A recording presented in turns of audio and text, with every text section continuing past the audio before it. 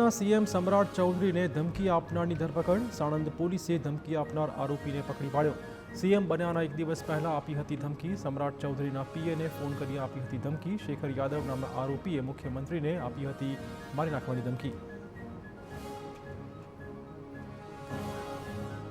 મધ્યપ્રદેશના કરિયર કોચને થયો અમદાવાદ પોલીસનો અત્યંત કડવો અનુભવ।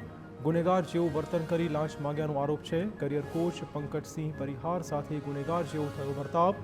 સોશિયલ મીડિયા મારફતે ઠાલવી પોતાની વ્યથા। સીટીએમ નજીક એક્સપ્રેસ વે પર ચેકપોઇન્ટ પાસે તેમને રોકવામાં આવ્યા હતા। પોલીસે તેમનો મોબાઈલ ફોન બળજબરીથી લઈ લીધો હતો। 1 કલાક સુધી હેરાન પરેશાન કરાયા હતા।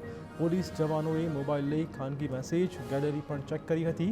ડાયરી તપાસી પોલીસે કબૂતરબાજીનો આરોપ મૂક્યો હતો। આ ઘટનાની જાણકારી સોશિયલ મીડિયા દ્વારા ઉચ્ચ પોલીસ અધિકારી સુધી પહોંચી ગઈ છે।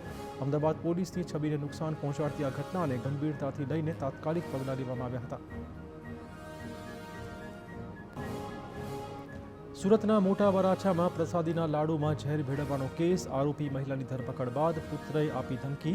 આરોપીના પુત્રએ ભોગ બનનારના દીકરાને ધમકાવ્યો। પીડિતના જર્મની અભ્યાસ કરતા દીકરાને ફોન કરી ધમકાવ્યો હતો। આ તો ઘેરની ટીકડી નાખી હતી। જો કોઈ બીજી ટીકડી હોત તો કાયદેસરનું પૂરું થઈ જાત। ગિરનાર પર આવેલા સનાતનની તમામ જગ્યાના નામ બદલવાની પેરવી। સીતાવરની 2000 વાર જમીન અન્ય સંપ્રદાયને અપાઈ ગઈ। આજે જો નહીં જાગો તો તળેટીમાં પગ પણ નહીં મૂકી શકો। ચૂંટણી સમયે ફરીવાર ગિરનારનો મુદ્દો ગરમાયો છે।